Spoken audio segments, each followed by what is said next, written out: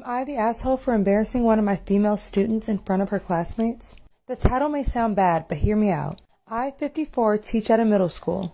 One of my students, R, female 13, and J, male 13, always hang out together. Today during nutrition break, J and R were hanging out like always, and the bell rang, and it was time for everyone to head to class as usual.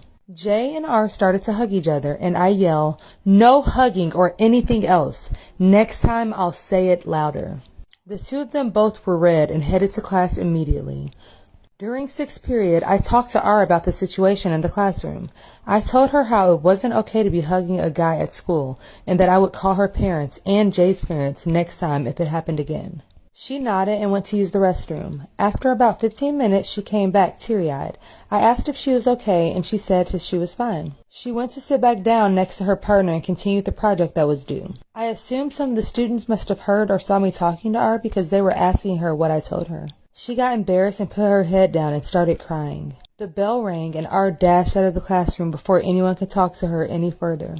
I feel bad for not handling this differently and causing her to be embarrassed in front of her peers. So, am I the asshole here? I really think that this teacher was just way too out of line. Kinda seems like Karen behavior. Because when I checked, hugging really isn't a big deal. So, I think she did way too much.